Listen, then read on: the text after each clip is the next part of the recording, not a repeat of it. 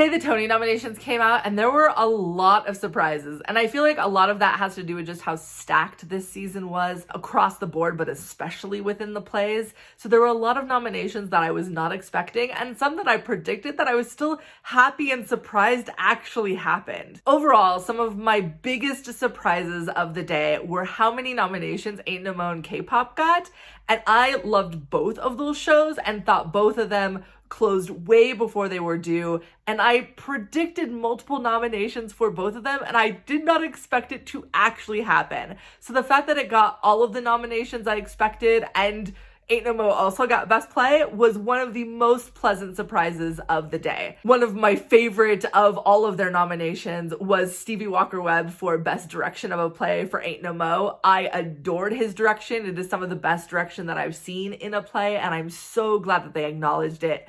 I don't necessarily think he's going to win because with both Ain't No Mo and K-pop, with the new rule that not all the voters have to have seen all of the shows, I feel like that is going to be the one show that most people miss in a category. I was also pleasantly surprised to see Almost Famous get scored. Now, I was curious about the final two spots for score because I think Shucked, Some Like It Hot, and Kimberly Akimbo were all shoo-ins in my opinion, but it really was a toss-up for those final two spots, and I really hoped K-pop got one, but I almost expected that last slot to go to a play.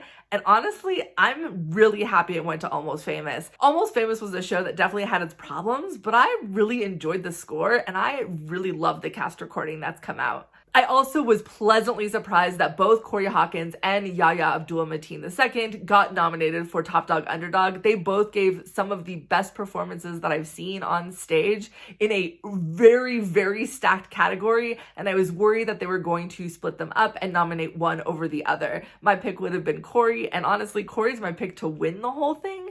But I'm really, really, really glad that we got both of them in that category. I think Best Leading Actor in a Play was one of the toughest categories. I could have seen 9 different nominees that were highly deserving of getting into that category. Ultimately, I think they picked the right 5. They picked, in my opinion, are the best 5 of the season, but that still means that there's a lot of really great names left off of that list. Actors like Hirana Besekara and Jefferson Mays I thought were fantastic, but I don't necessarily think that I would swap out anybody currently on the list for either of them. In a perfect world, there just would have been a tie somewhere and all 7 of them would have gotten nominated, and maybe even...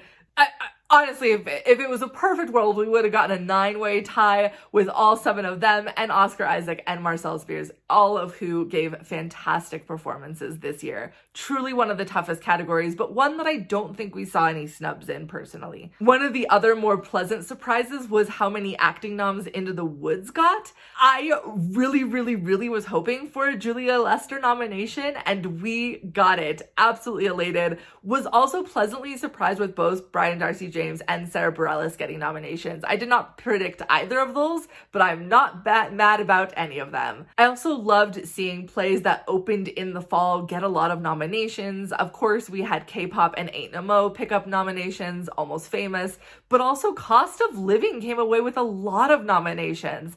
This was definitely a trend that we saw last year, and we saw actors last year that were in plays that had already closed, like Deirdre O'Connell in Dana H winning. It will be interesting to see if any of them win, considering they have changed that rule to where the voters don't have to see every single show nominated in order to vote on a category.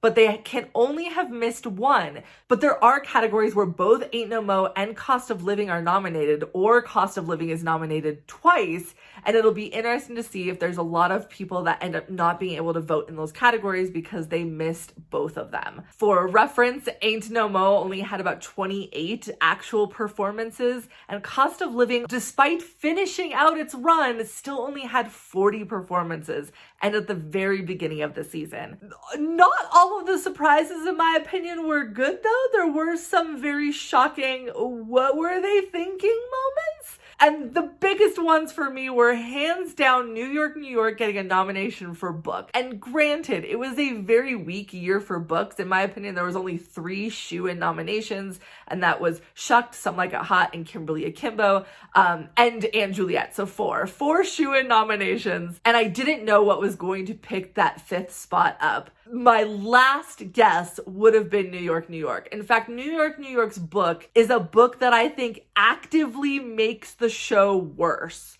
Like, if you took out the book and just did the songs and the movement, it would be a better show. Truly in an incoherent mess. I almost would have put Bad Cinderella's book over New York, New York's, but really the snubs here, in my opinion, are Camelot, which granted, I have not seen. I'm seeing it tomorrow. This is Kate from the future, just here to confirm that Camelot did, in fact, have a better book. Or A Beautiful Noise.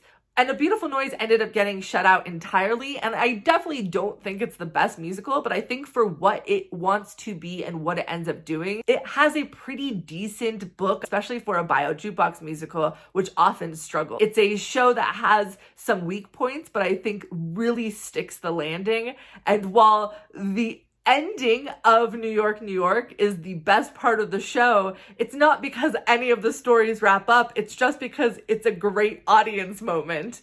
So very, very fascinating to see New York, New York get that final spot, and I 100% disagree with that. Another surprise for me was the choreography for Sweeney Todd. The choreography was something that was universally panned by critics and that I thought added nothing to the show. It just kind of was there. And I do think that this is another category where you have your shoo-in nominations like Some Like It Hot, New York, New York, and Anne Juliet. And I honestly was rooting for K-pop, and I'm glad to see it here. But there's other shows I probably would have picked over Sweeney Todd. Again, one of them being A Beautiful Noise, which I did not think had the best choreography, but I thought it served its purpose better than any of the choreo in Sweeney Todd. I also would have put the choreography for Shucked in here, which was simple, but it served its purpose a lot better. Another moment for me was the fact that of all of the acting categories, the only one that resulted in a tie was Best Leading Actor in a Musical. There were a lot of really tight races this year in terms of just quality of performance, and I felt like the only reason that leading actor in a musical was a tight race and resulted in a tie was because all of the performances for the most part were just like, yeah, that was good.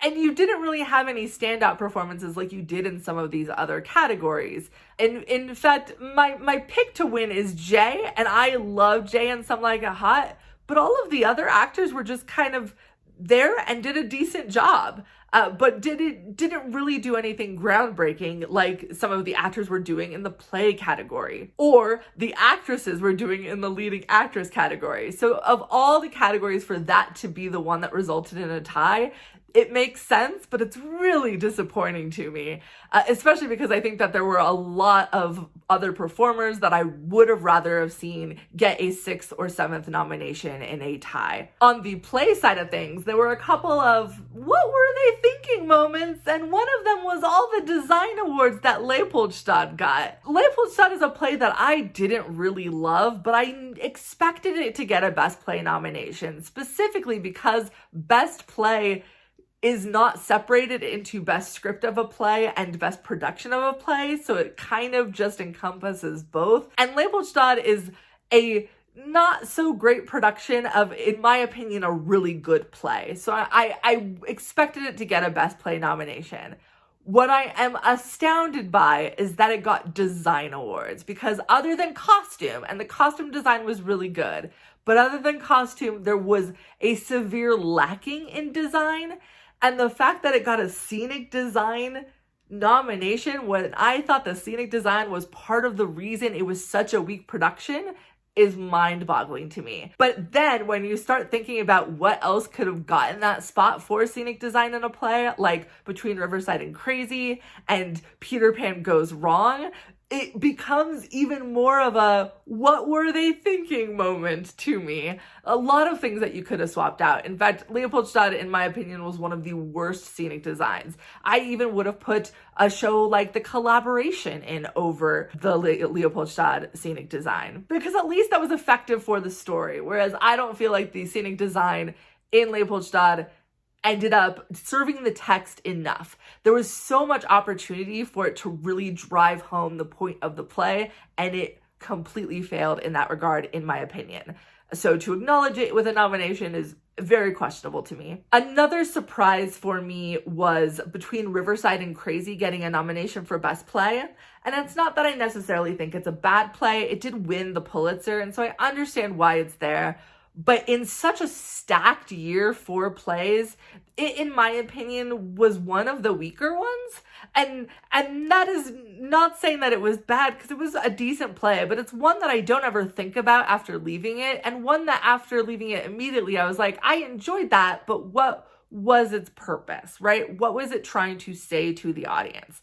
Whereas I think plays like Prima Facie and Life of Pi, while they have their struggles in the script themselves, are overall better productions and really drive home what they are trying to say. And I'm surprised that we didn't see either of them in the Best Play category, especially because both of them are the last two Olivier winners. For context, of the last 4 Best Tony Award winning plays, 3 of them were previous Olivier winners, and last year, the Lehman Trilogy was a Olivier winner runner-up. So the fact that we didn't get all 3 of the Olivier winning plays that we got this season to get nominated is shocking to me. And granted, it was a very stacked season. We had 3 Pulitzer Prize winners and 3 Olivier winners. But if I had to guess ahead of time which of those 2 categories was going to see all of their plays get nominated, I would not have picked the Pulitzer Prize. And I really love Fat Ham, and it's my favorite play of the season. I did not predict Cost of Living and Between Riverside and Crazy to get those last 2 slots. Also pleasantly surprised that Ain't No Mo, which did not win the Pulitzer Prize or the Olivier, got nominated. But very shocking to me that Leopoldstadt got nominated and Prima Facie and Life of Pi did not. I don't, however, think that either of those shows is going away from the Tony Awards empty-handed. I do think they're going to end up picking up wins. And while personally I'm rooting for Fat Ham, I expect Best Play to end up going to Leopoldstadt. I won't be happy about it, but it's probably gonna happen. I'm just mentally preparing myself for disappointment. And while there was definitely a handful of nominees that I'm confused about how they even got nominated, there was a much bigger list of people that I think were just outright snubbed this morning. The biggest one, in my opinion, is Sharon D. Clarke for Death of a Salesman, who I thought should have won the category. And the fact that she's not even nominated is super frustrating. She was also great in Caroline or Change last year, and in my opinion, should have won for that. And I love Jokina, but Jokina had one big song, and that was it. Sharon D. Clarke was jaw-droppingly amazing. And the fact that the Tony Awards have yet to recognize her talent is, it's getting to be old. We need to give her an award already. But in that same category, another major snub is Danielle Brooks. And granted, Best Featured Actress in a Play is a very stacked category. I only predicted 2 of the nominees that even made it into the category, Nikki Crawford and Carrie Young, and honestly, those were the last 2 that I expected to get nominations. I fully expected that we would have seen one of the Thanksgiving Play women get a nomination here, but I definitely thought that Danielle Brooks and Sharon D. Clarke were shoo-ins, and the fact that they did not make it is shocking to me. I am, however, pleasantly surprised that Katie Sullivan and Crystal Lucas Perry ended up getting nominations here, so I'm not too mad about it, just very, very, very shocked. For the most part, in the other categories, I agreed with all of the play acting nominations. I do think that a lot of really tough choices had to be made, especially when you look at that Best Leading Actor in a Play, Best Featured Actor in a Play, but I don't necessarily disagree with any of them. When we get to the musicals, though, there's definitely a ton of people that I think should have been nominated that were left off of the list, and I'm so sad for them. One of the biggest ones, in my opinion, is Anna Uzelli for New York, New York. She is fantastic in this musical, an absolute star, and in many ways outshines Colton Ryan. And I think that Colton Ryan should have been nominated for his role in New York, New York. They're both absolutely charming.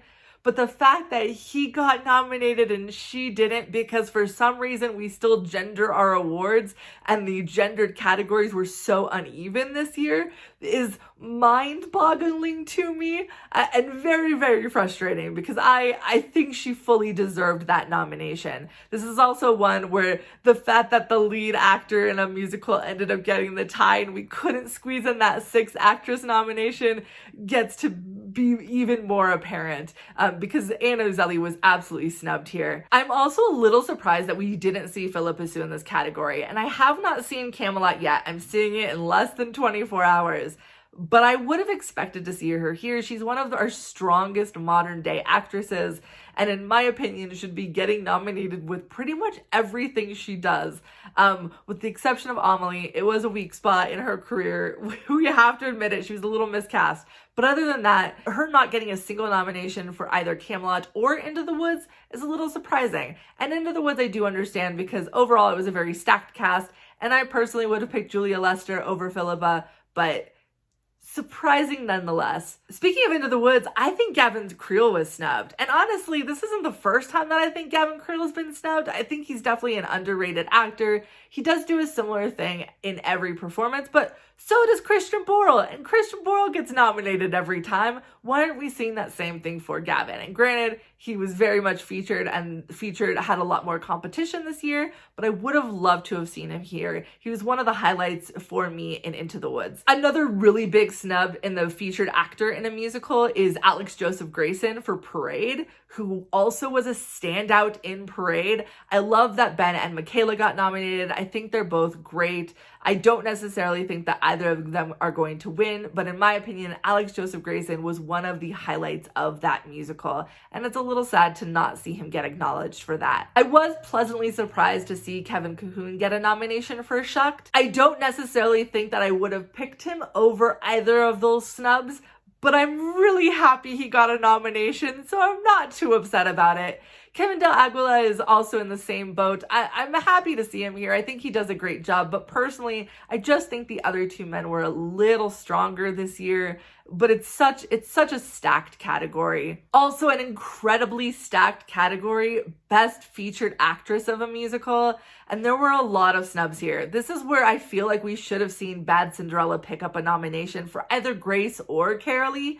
I personally was rooting for Grace, but I would have loved to have seen either of them here. They really are what make Bad Cinderella completely charming and make it worth going to see. And so the fact that we didn't see either of them get nominated is a little frustrating. I'm also a little frustrated that Bad Cinderella got shut out completely because while I don't think it's a strong overall musical, there are definitely some aspects of it that I think work really well for that show. And the fact that it just didn't get anything is like, did you not give it anything because you just didn't like the show or because you really didn't think that those specific parts were highlights? But one of my biggest snubs in the featured actress category is Ali Mazzi for Kimberly Akimbo. We knew that Bonnie Milligan was going to get nominated, and I love them both, but I really was hoping that we were going to see Ali in this category with Bonnie. She is just giving such a hilarious performance as Kimberly's mom, and it's so nuanced and wonderful, and her father time is great. I just really, really love her performance, and I wish we could have seen her also get a nomination here. In my opinion, the biggest surprises in this category are Ruthie Ann Miles for The Beggar Woman, and I love Ruthie Ann Miles, but I don't think that she brought anything to that role worthy of a nomination, because I just don't think the role itself is really nomination worthy. I don't see anything in The Beggar Woman and go, yes, that's amazing. I just think people like Ruthie Ann Miles, which I agree. But in this specific role, I didn't see her do anything that warranted getting a nomination over the other women that could have gotten that last spot. I also am surprised to see Natasha Yvette Williams in here, and definitely not after she got a lot of the Drama Desk, Drama League awards, but that's another role where I think she did a really great job, but it just didn't have the same kind of meat on the role that some of these other roles did. And there were things that she was doing in the performance that I absolutely loved, but honestly, sometimes I thought she was getting outshined by co-stars. So it's interesting to see her here, but I'm definitely not mad about it. I think she's a wonderful actress. Another snub was Michael Arden for direction, and we did see him get direction for Parade, but I thought his direction for A Christmas Carol was a lot better. And I love that production of A Christmas Carol. I'm glad we saw it get design nominations because it was stunning. But what Michael Arden did with the staging of it and what Jefferson Mays did acting it were fantastic. I'm sad we didn't see either of them. In the case of Jefferson Mays, I think the category was too stacked for him to squeeze into a final spot. But for Michael Arden, There's definitely people I would have swapped out to put him into a 5th slot. And I already talked a bit about Best Play, but the biggest snub here, I think, is Prima Facie for Best Play. We saw snubs for both Prima Facie and Life of Pi, and I just think that Prima Facie is the better overall play, but also just a really good production than Life of Pi. And so in my opinion, it should have gotten a 5th slot. Again, I'm elated for Ain't No Mo and K-pop. I hope we get limited runs of those. I don't think it's gonna happen, but in a perfect world, it would. I think both of them got nominations that they deserve. The one thing that I think both of them got snubbed on was lighting design, however, especially for K-pop, because the entire floor of the stage was LED lights, and it was used so innovatively at times. I was surprised to not see that pick up a nomination for lighting. I also thought that the lighting design in Ain't No Mo made up for some of the lack of set that the production had. The set was very simple, but the lighting design made it feel full still. So I'm a little shocked that we didn't see that squeeze in. Overall, while there's a couple nominations that I'm confused by, other than Best Book for New York, New York, and Leopoldstadt getting scenic design, there's really not a lot of nominations that I'm truly upset by. Overall, I thought it was a really, really good year. I'm glad that the nominating committee acknowledged a lot of the fall plays that I thought were fantastic, especially Ain't No Mo. In a dream world, we would get limited runs for both K-pop and Ain't No Mo. But in my opinion, I'm so glad to see both of them nominated. There were definitely quite a few shutouts this year. In addition to Bad Cinderella, I think one of the biggest snubs is the Thanksgiving play getting completely shut out. There were some things that production did so well. The cast was so good, and I'm really sad to see it not pick up a single nomination at these awards. Another one that was really frustrating was Peter Pan Goes Wrong, which I thought was hilarious. And while I personally didn't like it as much as The Play That Goes Wrong, I thought it was still good on its own. And I easily could have seen it get a costume design nomination, scenic design nomination, especially over Leopoldstadt, and direction. Also, honestly, over Leopoldstadt, which I thought was a good play and a bad production. Some others that I was also surprised by, A Beautiful Noise getting completely shut out. I'm shocked we didn't see Will Swenson get a nomination. I don't necessarily think that he was snubbed because I already think we had too many actors in that category, but it was surprising he didn't get nominated, and I would have been happy if he had. I'm also shocked to see A Beautiful Noise not get the book nomination, especially over New York, New York, but also lighting design. I thought it did some pretty decent things with the lighting design. We also got a complete shutout for 1776, which in my opinion was expected. It's a show that found its legs too late in its run. But also completely shut out was Dancin', which then ended up announcing its closing date a few hours after the nominations came out. It is now closing May 14th. This to me was also expected. It was a show that wasn't doing well financially and really depended on getting nominations. And I'm honestly surprised that it didn't pick up at least a couple of the design awards. I definitely don't think it was going to get revival or any of the performance nominations, but I am surprised that it got shut out of the design completely. It will be interesting to see what other shows announce closing now that the Tony nominations have come out. Most of the plays are on limited runs and already have closing dates set. I do think potentially if Leopoldstadt wins Best Play, we could see that extend again. It is currently set to close July 2nd. But Life of Pi is a open-ended run, and so it'll be interesting to see how long that's able to hold out, especially since it ended up not getting nearly as many nominations as I thought it was going to get. But I do still think it is going to win a lot of the design categories, including costumes, which notably for the first time ever includes the puppet designers in that category. And I also think it is a shoe-in for scenic design. The scenic design also includes the projections, and both of them in this show are pitch perfect. So I think with those nominations, it will be able to hold out at least through the summer. With shows like Bad Cinderella and A Beautiful Noise getting shut out, both of them are not exactly doing well financially, but I think both of them will have the potential to sell well during the summer. Especially with Bad Cinderella, that is Andrew Lloyd Webber's only show on Broadway right now, and he currently has the longest streak for a composer continuously having a show play on Broadway. And I don't think that he wants that to lose that streak anytime soon. So I expect him to try to help Bad Cinderella stay as open as long as he possibly can until a new revival of one of his shows comes in. We already know that Evita is probably expected to come after its 2 out-of-town tryouts regionally, one at ART in Cambridge, the other one in DC. But that's not really expected to come to Broadway until the spring at the earliest, maybe late winter. And I don't necessarily think that Bad Cinderella can hold out that long if it keeps selling the way that it is, especially with no nominations at all. And granted, the social media team is 100% the greatest thing that is happening with that show, and I wish more people would go see it because of how great the social media is. But because of that, it'll be interesting to see if they try to bring in a last minute Andrew Lloyd Webber revival for the end of summer. We're going to have some open theaters, and we have productions of Jesus Christ Superstar and Joseph that could easily transfer to Broadway at a very quick notice.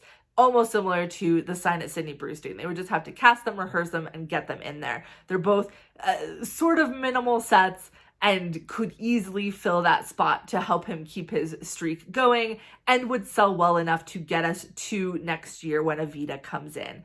So it'll be interesting to see if that ends up happening.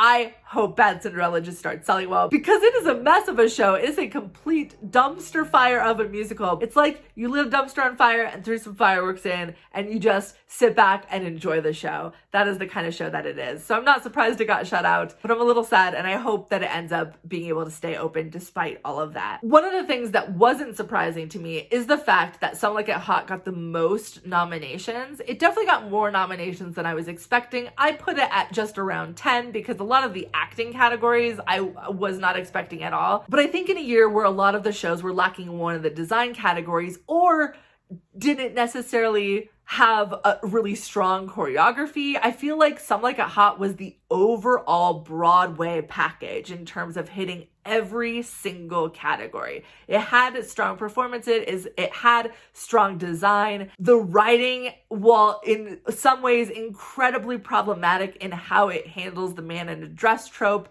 and in some ways actually kind of okay in how it handles the man in a dress trope, kind of 50-50. It's not my favorite book, but I do think that overall it was one of the stronger storylines, and so that helped it get a nomination there. The score is good, the orchestrations are good, and it has some of the best choreography on Broadway. So I'm not surprised that it ended up getting the top nominations for all of the musicals. And I think a lot of that just has to do with how minimal some of the other productions are, especially all of the revivals this year were incredibly minimal productions. Sweeney Todd and Camelot were like minimal plus, where you had some cool elements, but it still felt like something was missing and they weren't quite the lush productions that we were expecting. And then you had a lot of New York City Center transfers, both Parade and Into the Woods, that started off as staged concerts and didn't really expand much past that. And in terms of the original musicals, both Kimberly Akimbo and Shucked, I feel like are strong musicals writing-wise, but not necessarily the strongest design-wise. They're just kind of like there. Well, I think both of those are better shows overall. I'm not surprised to see Some Like It Hot get the most nominations just because it checks most of the boxes of all of the categories. Of all the shows with 9 nominations, I wasn't surprised. The biggest surprise to me was that Kimberly Akimbo only got 8, only because I feel like it should have gotten more acting nominations than it did. I am going to be doing an entire video for all of my predictions for winners, as well as my personal picks for winners this year. So if you aren't already, go ahead and subscribe so you can see that when I post it. I'm very excited. I don't think we're gonna end up seeing a lot of surprises this year, but in a perfect world there would be, because some of my personal picks are real long shots at this point, but I would love to see them win, and I'll talk all about that in a few weeks. So be sure to subscribe so you can tune in to that. Thank you so much for watching. Let me know some of your biggest surprises from the nomination announcement this morning. And if you haven't already, please be sure to like this video and subscribe for more theater content. I talk about theater all the time because theater is life.